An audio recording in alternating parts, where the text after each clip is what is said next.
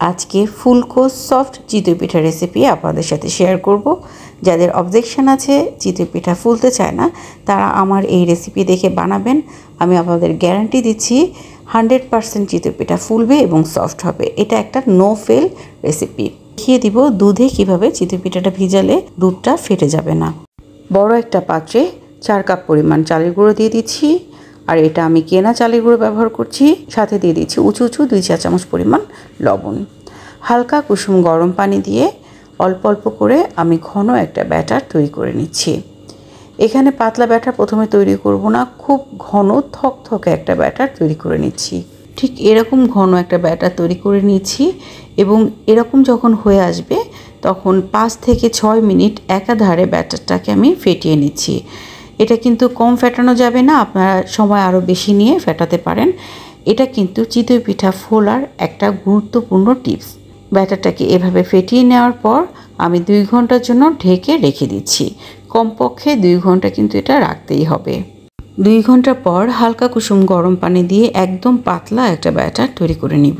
আর এভাবে পাতলা করে নেওয়ার পর প্রায় আধা ঘন্টা এভাবেই আমি রেস্টে রেখে দিচ্ছি। আধা ঘন্টা পর আমি পিঠাটা বানাতে যাব।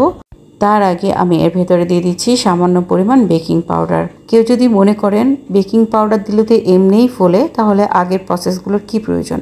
আগের প্রসেসটাই চিতই পিঠা বানানোর জন্য একদমই পারফেক্ট। বেকিং পাউডারটা ইচ্ছা করলে আপনারা বাদ দিতে পারেন, তবে দিলে একদম রিস্ক ফ্রি থাকে। এবার পাত্রে সামান্য পরিমাণ তেল দিয়ে নিচ্ছি আর এটা ভালো করে গ্রিস করে নিচ্ছি। লোহার পাত্র যেহেতু সামান্য তেল দিয়ে কিন্তু একটু গ্রিস করে নিতে হবে।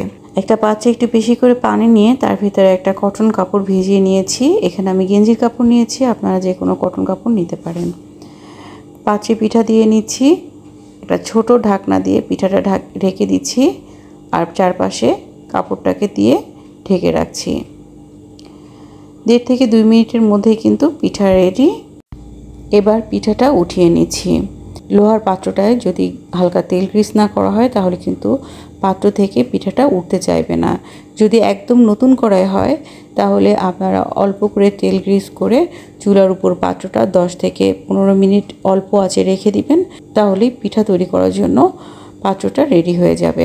হাঁড়ির তলা মোটা এরকম যে কোনো পাত্রে আপনি এটা বানিয়ে নিতে পারেন এবং প্রথম থেকে শেষ পর্যন্ত চুলার আঁচটা একই রাখবেন। প্রতি ব্যাচ ভাজার সময় অবশ্যই গোলাটাকে ভালো করে একবার গুলিয়ে নেবেন। 2-3টা পিঠা ভাজার পর সামান্য তেল দিয়ে টিস্যু দিয়ে মুছে পাত্রটাকে আবার রেডি করে নেবেন, তাহলে তলায় আর লাগবে না। পিঠা সব রেডি। এবার দুধে আমি পিঠাটাকে কীভাবে ভিজাবো সেটাই শেয়ার করছি। পাত্রে আমি দুধ দিয়ে নিয়েছি, একটা তেজপাতা, ছোট্ট এক টুকরো দারচিনি আর 2টা এলাচ এখানে ব্যবহার করছি। অতিরিক্ত কোনো গরম মশলা এখানে ব্যবহার করব না। দুধটাকে ভালো করে আমি ফুটিয়ে নিচ্ছি। এবার একটা পাত্রে আমি পানি দিয়ে নিচ্ছি আর তার ভেতরে খেজুরের গুড় দিয়ে দিচ্ছি। খেজুরের গুড়টা যখন গলে যাবে তখন আমি দিয়ে দিচ্ছি নারকেল। নারকেলটা দিয়ে আমি 6-7 মিনিট ভালো করে ফুটিয়ে নিব, তাহলে এর ঘ্রাণটা ভালো হবে। এবার দুটোকে আমি খুব ভালো করে ঠান্ডা করে নিব। গুড় ভালো করে ফুটিয়ে দুধের ভেতরে দিলে অনেক সময় দুধ ফাটে না, তবে কেনা গুড় হলে অবশ্যই দুটোকে ঠান্ডা করে তারপরে মিলিয়ে নেবেন, তাহলে একদমই রিস্ক ফ্রি থাকবে, কোনোভাবেই দুধটা আর ফেটে যাবে না। দুটোকে আমি ঠান্ডা করে নিয়েছি, এবার একসাথে মিশিয়ে নিচ্ছি। পিঠা ভেজানোর জন্য দুধ কিন্তু একটু পাতলাই রাখতে হবে, বেশি ঘন দুধ হলে পিঠা ভালো ভিজবে না। প্রয়োজনে পরিবেশনের আগে খিরসা বানিয়ে উপরে দিয়ে আপনি পরিবেশন করতে পারবেন। আপনি বাসায় পিঠা বানান বা বাইরে থেকে কিনে এনে পিঠা দুধে ভেজান, যেটাই করেন না কেন আপনাকে যে কোনো একটা গরম থাকতে হবে, হয় দুধের মিশ্রণ না হয় পিঠা। তো দুধের মিশ্রণে আমি যেহেতু গুড় দিয়েছি তাই এটা আমি একদম নর্মাল টেম্পারেচারে নিয়ে এসেছি। পিঠা যদি ঠান্ডা হয়ে যায় বানাতে বানাতে মাইক্রোওয়েভে 1 মিনিট বা 1.5 মিনিট গরম করে দুধে ভিজিয়ে নেবেন। সবগুলো পিঠা ফুলে ডাবল হয়ে যাবে এবং একদম সফট হয়ে যাবে। সারা রাতের জন্য আমি পিঠাটাকে ভিজিয়ে রেখেছি।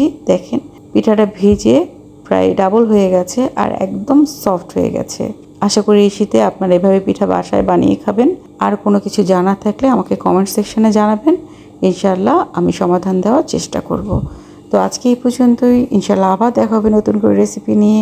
আল্লাহ হাফেজ।